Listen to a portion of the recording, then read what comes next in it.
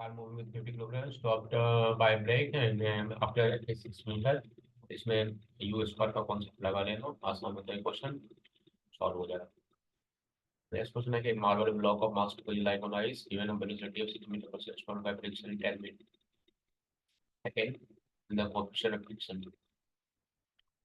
Coefficient of friction हमारे पास पूछा है 2 केजी का है, तो इसमें क्या करना है, कोएफिशिएंट ऑफ फ्रिक्शन का कॉन्सेप्ट लगाना। तो यहाँ से क्या होता है, जो फ्रिक्शन होता है तो एम जी होता है, वो चेंज इन मोमेंटम को प्रोवाइड करेगा।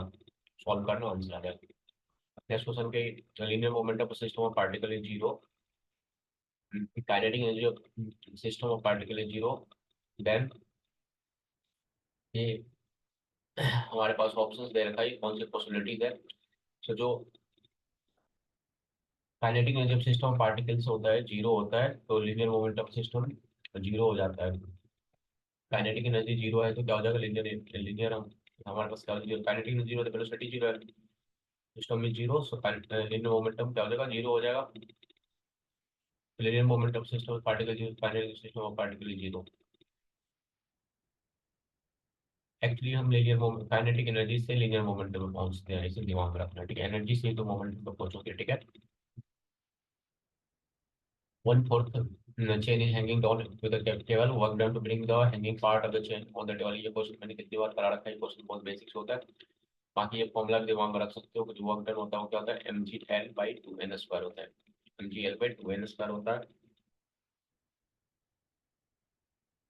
इसको दिमाग में रखकर के इस क्वेश्चन को डायरेक्टली सॉल्व कर सकते हो। एल कौन सा पार्ट होता है, सो कितना पार्ट हैंगिंग है, 1/4 पार्ट हैंगिंग है, तो एल क्या हो जाएगा, एल बाई फोर हो जाएगा। एल क्या हो जाएगा, एल बाई फोर हो जाएगा। Clear clear clear. और एन की वैल्यू क्या हो जाएगी, फोर हो जाएगी। एन की वैल्यू क्या हो जाएगी, फोर हो जाएगी। फॉर्मुला को अगर दिमाग में रखते थे तो क्वेश्चन तुमसे थोड़ा सॉल्व नीट वाले फॉर्मुला दिमाग में रखना चाहिए। नेक्स्ट क्वेश्चन हमारे पास होता है, bullet is fired from a gun, the force of the bullet is given by this and for this the force of the bullet becomes zero as soon as it leaves the barrel, the average impulse impact that force क्या हो गया, zero हो गया, average impulse। Okay sir, सबसे पहले अगर force zero हो गया तो टाइम निकल जाएगा, क्या बताओ। तो इम्पल्स क्या होता है, एफ डी टी होता है। इम्पल्स क्या होता है, एफ डी टी होता है, integration of F D T. तो जो फोर्स जीरो हुआ है तो वो टाइम निकल गया हमारे पास, फोर्स जीरो का टाइम निकल गया, फिर इसको हम इंटीग्रेट कर देंगे जीरो से टी के बीच, एफ डी टी इंटीग्रेशन करेंगे तो हमारे पास क्या आ जाएगा, इम्पल्स आ जाएगा। Clear clear clear. ये टॉप लेवल का क्वेश्चन है, जेई का फेमस क्वेश्चन है, बहुत फेमस क्वेश्चन है। ये क्लैरिटी से आपको आना, सॉल्व स्लो मोड पे कर लेना। Block of bodies kept of the floor of station elevator, the elevator beginning to descend with elevator descend करना है, so this this then this position of block during the first. इसमें क्या होता है, free fall का condition होता है, acceleration ऊपर की तरफ दो हो गया है, नेट एक्सेलरेशन क्या वो ऊपर की तरफ दो हो गया है, ज्यादा है, फिर फ्री फॉल के कंडीशन में हाफ जी टी स्क्वायर लगा के सॉल्व करिए। फेमस क्वेश्चन है, टॉप क्वेश्चन है। bullet of mass 25 gram moving with a velocity इतना भी stopped with 5 centimeter of target, the average resistance offered by the average resistance पूछा गया था, रेजिस्टेंस का मास इंटू एक्सेलरेशन, एक्सेलरेशन का होता है यू स्क्वायर बाय 2s, दिमाग में लगा दोगे या डायरेक्टली वर्क एनर्जी थ्योरम लगा दोगे, यहाँ से हमारा सॉल्व हो जाएगा। तो जो हमारे पास एवरेज रेजिस्टेंस है, डिस्प्लेसमेंट दे रखा है, हाफ एम जी स्क्वायर बराबर हो जाएगा। वर्क एनर्जी थ्योरम से सॉल्व कर लो, बाकी एक्ट मास इंटू एक्सेलरेशन के कॉन्सेप्ट से सॉल्व कर सकते, इस क्वेश्चन को आसान होता है आराम से सॉल्व करना। नेक्स्ट क्वेश्चन है, kinetic energy body because four times initial value the linear moment, kinetic energy क्या होता है, पी स्क्वायर बाय 2m होता है। इसको दिमाग में रखना, सॉल्व करना, आराम से आंसर आ जाएगा। नेक्स्ट क्वेश्चन है, body moves with distance 10 metre along the straight line under the action of force, the work तुम्हें पता चल गया। If the work done is 25 degree angle, angle पूछ रहा है, बहुत आसान क्वेश्चन है, cos थीटा के फंक्शन सॉल्व कर दो, आराम से आ जाएगा सॉल्व कर दो। From waterfall, water is pouring down at the rate of 100 km per second, and on the blade of the turbine, if the height of the fall is 10 metre, तक power deliver होता है। ये question बहुत famous question था, power कहते हैं M G by T होता है। क्वेश्चन में क्या है, rate of M by T दे रखा है डायरेक्टली, है कि नहीं। तो एम बाई टी तुमको पता चल गया, हाइट भी पता चल गया, तो पावर तो निकल के आ जाएगा। फेमस क्वेश्चन है, ये फेमस क्वेश्चन है, क्वेश्चन एग्जाम्स में आते हैं, ओके। और आपको हायर स्टडीज में इस क्वेश्चन पर बहुत ज्यादा क्वेश्चन करने हैं इस कॉन्सेप्ट पर। Spring over book law with the force constant, it requires 4 joule of work to still through the 10 centimetre beyond its stage layer, then the value of. ये क्वेश्चन बहुत आसान क्वेश्चन हो गया, तो फॉर्मूला लगाओ, यहाँ पे सॉल्व करो, हमारे पास आंसर आ जाएगा। के सॉल्व करो, बेसिक क्वेश्चन सॉल्व कर लो। ऐसा potential energy of solid spring when still through a distance is 10 joule, the amount of work must be done on the spring stage is through an additional distance of s would be। इसमें दो equation बनेगा, दोनों equation से आराम से solve हो जाएगा equation. Energy store क्या होता है, हाफ के एक्स स्क्वायर होता है, और पहले एक्स किया और फिर तुमने क्या किया उसको एस और कर दिया, तो अब क्या हो जाएगा एक्स प्लस का एस का होल स्क्वायर हो जाएगा। तो पहले वाले में जो स्ट्रेच हुआ था उसमें एनर्जी कितना स्टोर हुआ था, 10 जूल का एनर्जी स्टोर हुआ था, तो वहां से हमारे पास एक्स की वैल्यू आ जाती है, सॉल्व है करोगे आसानी से क्वेश्चन सॉल्व हो जाता है। तो हमेशा जब स्ट्रिंग स्ट्रेच होता है तो उससे हमें क्या ओरिजिनल लेंथ से हमें मतलब नहीं होता, हमें ये ध्यान में देखना होता है कि हमारा स्प्रिंग कितना एक्सटेंड हुआ है। जैसे हमने पहले x1 एक्सटेंड किया, फिर मैंने x2 एक्सटेंड किया, तो चेंज इन जो एनर्जी स्टोर हो जाता है वो क्या होता है, हाफ के x2 स्क्वायर माइनस करके x1 स्क्वायर हो जाता है।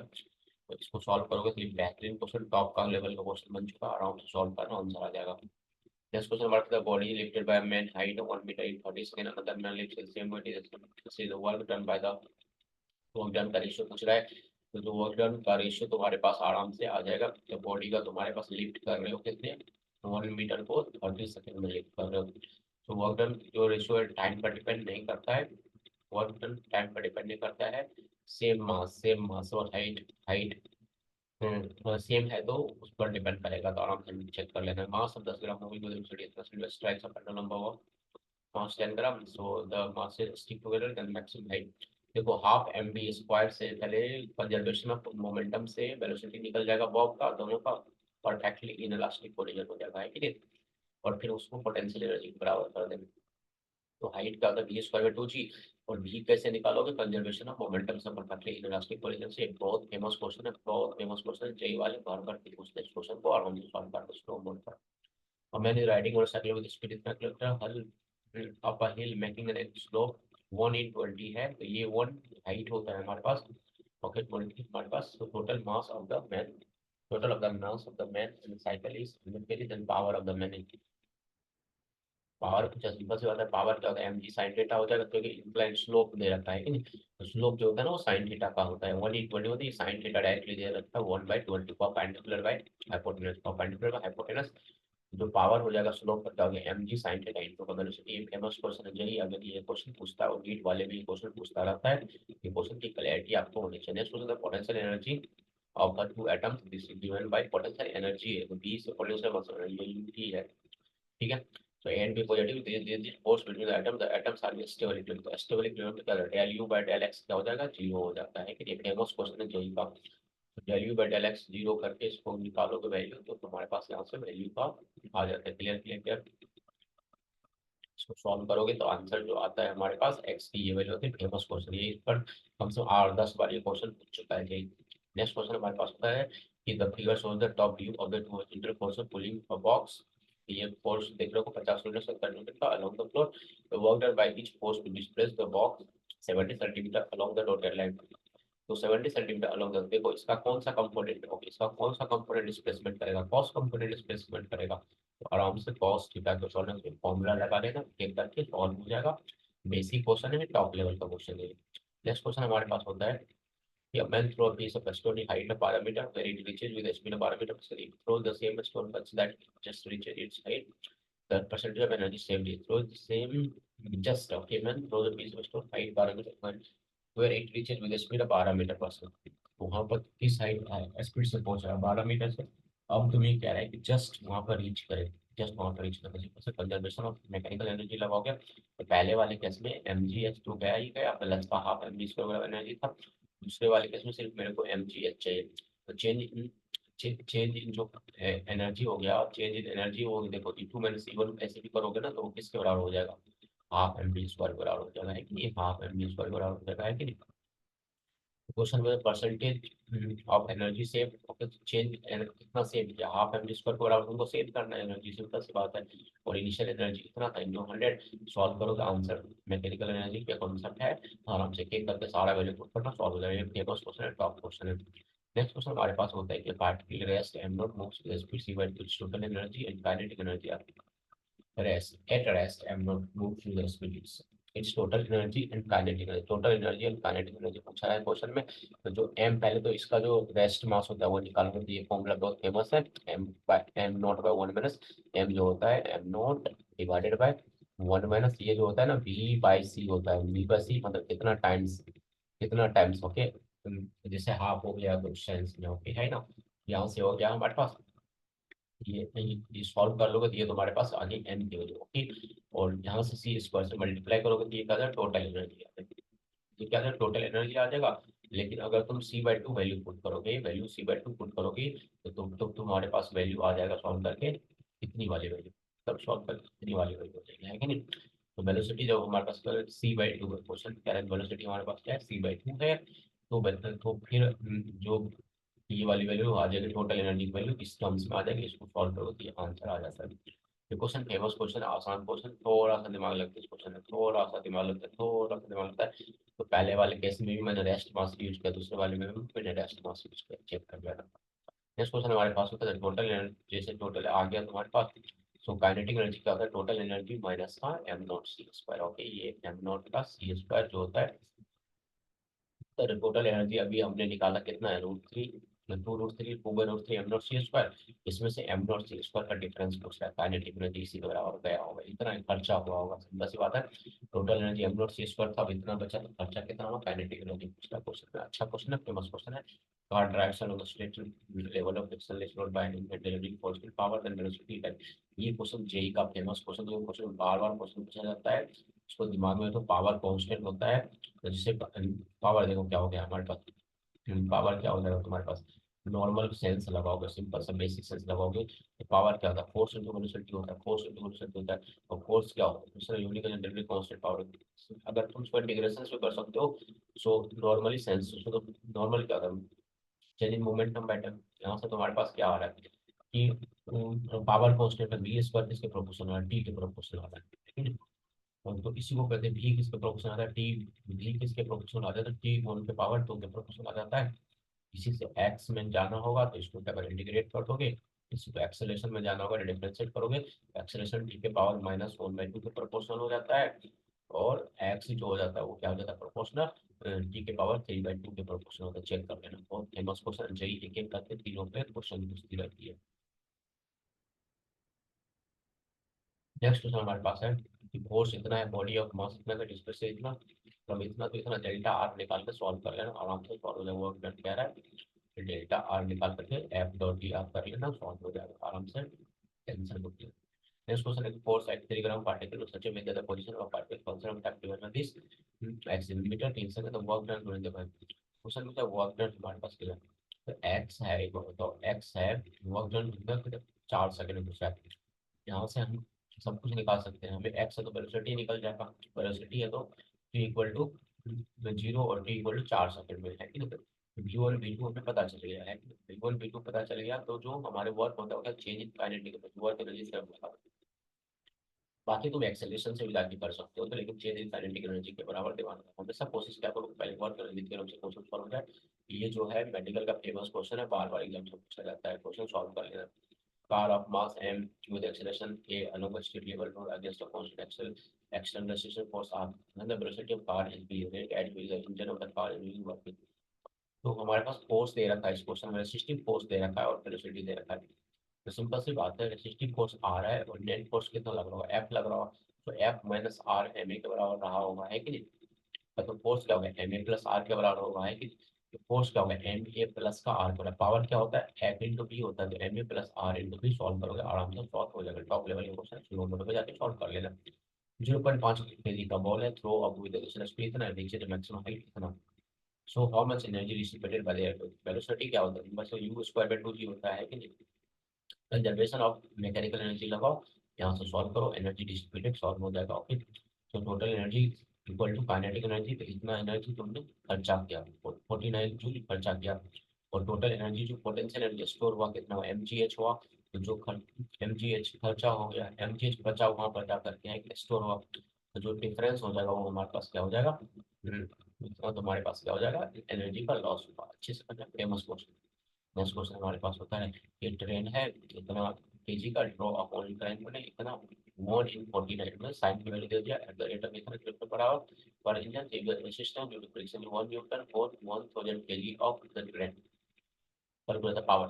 तो रेजिस्टेंस 1000 केजी के लिए कितना है, तो इतना क्या, तो इतना, तो रेजिस्टिव फोर्स कितना होगा, फ्रिक्शन है इतना दिया होगा, यहाँ से तुम पहले रेसिस्टिव फोर्स निकाल लोगे, तो जो पावर होता है वो क्या होगा, m g sine theta plus का एफ इंटू वी हो जाएगा। डायरेक्टली ड्रोन अब ये ऊपर की तरफ जा रहा है कि नहीं, ऊपर में क्या होता है प्लस हो जाता है, ऊपर में क्या होता है प्लस होता है, तो ये हो जाता है m g sine theta plus का एफ हो जाता है। जब नीचे आता है तो माइनस होता है, m g sine theta plus का एफ हो गया। साइन थीटा की वैल्यू दिया हुआ है और फ्रिक्शन वैल्यू आराम से निकाल दोगे है कि यूनिटरी मेथड से। तो वेलोसिटी तुम्हें दे रखा है, फ्रिक्शन वैल्यू कितना 1000, 1000 में कितना एक है, तो ये 1000 इंटू 1000 सॉल्व करोगे फ्रिक्शन की वैल्यू आ जाएगा, आराम से सॉल्व करो पावर आ जाएगा। ये टॉप लेवल का क्वेश्चन है, फेमस क्वेश्चन, नंबर पे जाके सॉल्व करो तो इसको हम आ जाएगा। ठीक है, नेक्स्ट क्वेश्चन हमारे पास होता है, ये क्वेश्चन तो बहुत आसान क्वेश्चन होता है, इसको 10 नंबर क्वेश्चन को देख करके।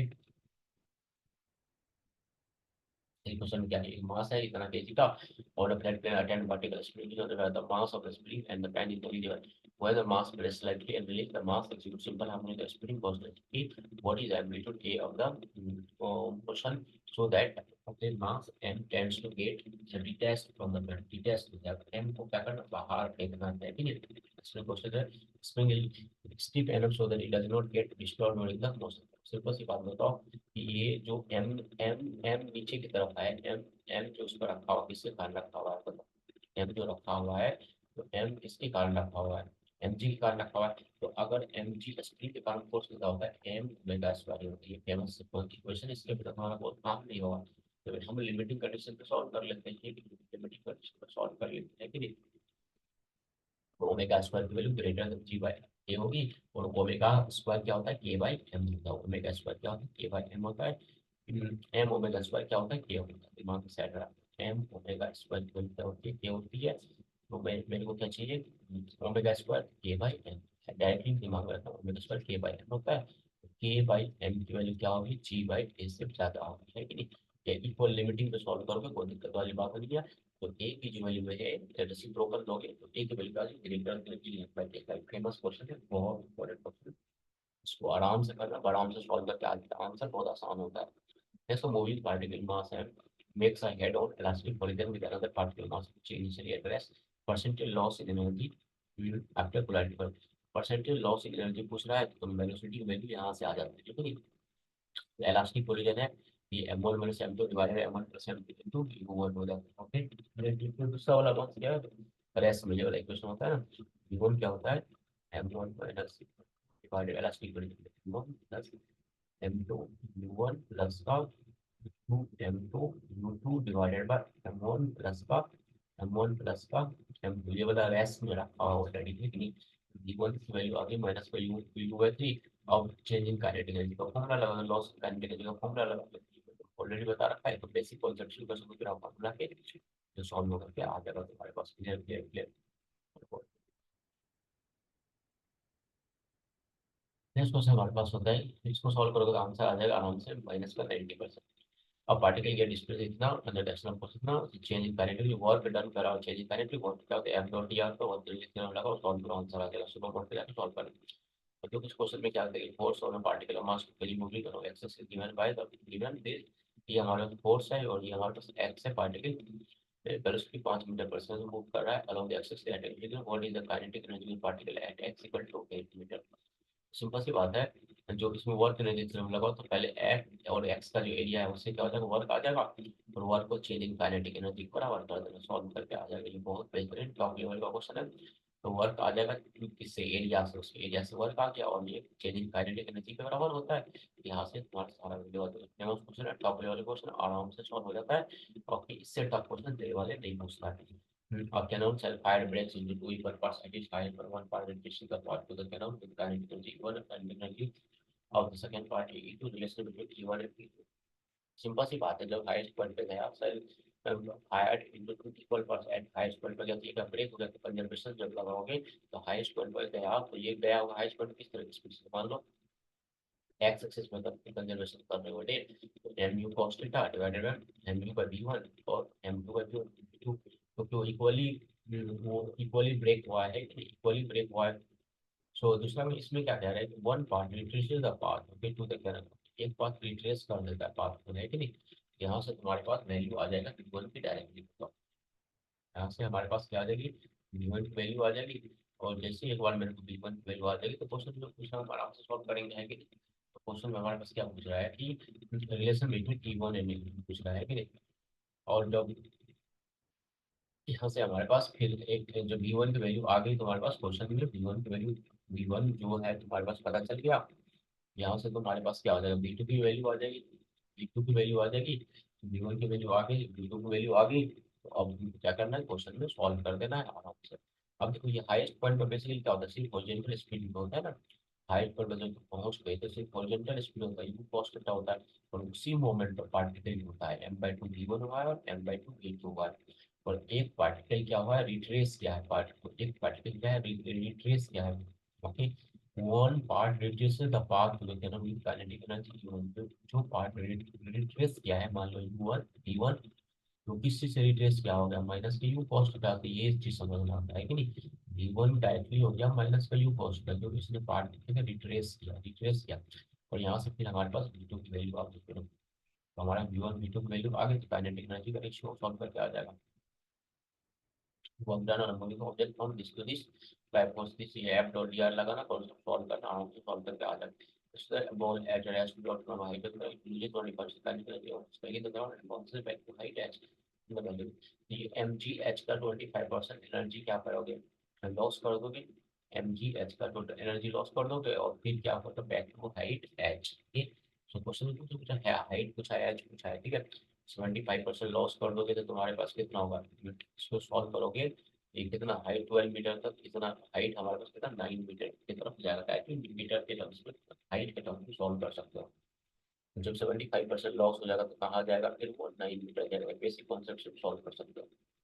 Velocity v reaches a car of the velocity v reached by a car of mass m at a certain distance from the starting point when the power is जो velocity v reach किया car का मास m का certain distance from the starting point, okay, driver with constant power such that, बस ये velocity और power में, power क्या होता है, कांस्टेंट होता है। तो देखो पावर क्या होता है, फोर्स इनटू फोर्स। तो ये देखो इसको ऐसे कर लो, m into dv by dt, ये क्या होगा फोर्स, एंड इंटू वेलोसिटी, इसको क्या समझो, m v dv by dt, ये क्या हो गया, पावर हो गया। यहाँ से क्या होगा, m v dv क्या हो गया, v dt हो गया, v dt हो गया। अब हमें क्या चाहिए, v और पावर में रिलेशनशिप, दोनों तरफ क्या करो, तो इंटीग्रेट कर दो, दोनों तरफ क्या करो, इंटीग्रेट करो। जैसे इंटीग्रेट करोगे तो एम बी स्क्वायर का क्या हो जाएगा, टू हो जाएगा, और ये क्या हो जाएगा, पी टी हो जाएगा। तो बी स्क्वायर क्या हो गया, यहाँ से सॉल्व करोगे तो बी स्क्वायर का 2t/m के बराबर प्रोपोर्शनल हो गया, 2t/m के प्रोपोर्शनल हो गया। फेमस क्वेश्चन, ये फेमस क्वेश्चन, ये सारे एग्जाम्स यही वाले बार बार पूछते रहते हैं। नेक्स्ट क्वेश्चन हमारे पास है, ball of a of mass m moving along x axis with the kinetic energy k and momentum p under force elastic head on collision with a stationary ball b of mass m. After collision, ball a moves along negative x axis with kinetic energy k1 and the final momentum of p. इसी question से conservation of momentum लगाओगे। अब फिर से कह रहा है question, कह रहा है ना कि after collision a moves along negative x direction, a collision के बाद a two moves negative x direction कह रहा है, कुछ करेंगे फाइनल मोमेंटम पूछ रहा है अंदर इलास्टिक में, तो स्टेशनरी बॉल ऑफ एम दो, जो एस एस P1 P2 था उसका मोमेंटम क्या था, जीरो था, और वो स्टेशनरी था, है कि नहीं, P1 का स्टेशनरी था। Clear clear clear clear clear clear. और दूसरा वाला जो है वो क्वेश्चन में ऑलरेडी कह रहा है कि जो P1 डैश की वैल्यू है वो क्या है, काइनेटिक एनर्जी का K1 है। P1 P का फॉर्मूला क्या था, स्क्वायर रूट ऑफ 2m क्या होता है, 2 × m × k होता है। तो नेगेटिव डायरेक्शन में गया है कि नहीं, तो P1 डैश आ गया। तो अब यहाँ से हमें P2 डैश, P1 डैश की वैल्यू सॉल्व करके हमें P माइनस का P बचती, यहाँ से P2 डैश की वैल्यू हमारे पास सॉल्व करके आ जाएगा, वो P2 डैश की वैल्यू हमारे पास सॉल्व कर जाएगा। ये जेई का फेमस क्वेश्चन है, टॉप लेवल का क्वेश्चन है। नेक्स्ट क्वेश्चन हमारे पास होता है कि ball is left from height H not, it makes can collision with the earth after and when rebounded with the Pm, then the ball rises to height h and then coefficient relationship। जो collision होता है, collision के बाद जो okay ball उसका वो कितना E square times height बढ़ जाता है कि नहीं, ये रिलेशन दिमाग रखना है, एच एन क्या होता है, ई के पावर एन एच नॉट होता है, ओके। और क्वेश्चन में कह रहा है कि ओके एवरेज एच एन में coefficient ratio is given bye, इसको जो सॉल्व करोगे तो ये रिलेशन आ जाएगा, डायरेक्टली यही क्वेश्चन पूछ रहा है कि एच के पावर एन, ई के पावर भी होता है, और जो एच वेलोसिटी का पावर एन होता है, वेलोसिटी का पावर एन होता है, वो क्या होता है, ई के पावर एन इंटू नॉट होता है। ये दोनों फेमस रिलेशन है, बहुत जगह ट्रांसलेशन है, आराम से क्वेश्चन सॉल्व हो जाता है, clear clear. Last question of this session, the bomb moving with velocity example explores a particle in the small swap at the smallest particle moves with the velocity की तरह, तो velocity larger fish with explosion mass का ratio तुम्हें पता चल गया। एक का मास क्या होगा m/4 होगा, दूसरे का मास देख चेक कर लेना 1:4 4 के रेशियो में। एक का क्या हो जाएगा 1/5 हो जाएगा, दूसरे क्या हो जाएगा 4/5 हो जाएगा। और मोमेंटम कंजर्व कर लो एक्स वाई डायरेक्शन में डायरेक्टली करो तो आई जे के टर्म्स में सॉल्व करो, ये हो जाएगा। ओके, तो टोटल मास क्या है, टोटल मास कितना 5 है, और जो एक का मास कितना है 1 है, इसका मास कितना है 1 है, और दूसरे का मास कितना है 4। ये पी2 की वैल्यू आ जाएगा सॉल्व करके। ये फेमस क्वेश्चन है नीट का भी। ये क्वेश्चन फेमस, ये क्वेश्चन बार बार एग्जाम्स में आते हैं, लोग गलत करके आते हैं, बहुत आसान होता है, थोड़ा सा प्रैक्टिस करोगे तो सॉल्व हो जाएगा। तो अगले सेशन में बिल्कुल बोलेगा, अभी कंटिन्यू नेक्स्ट सेशन फिर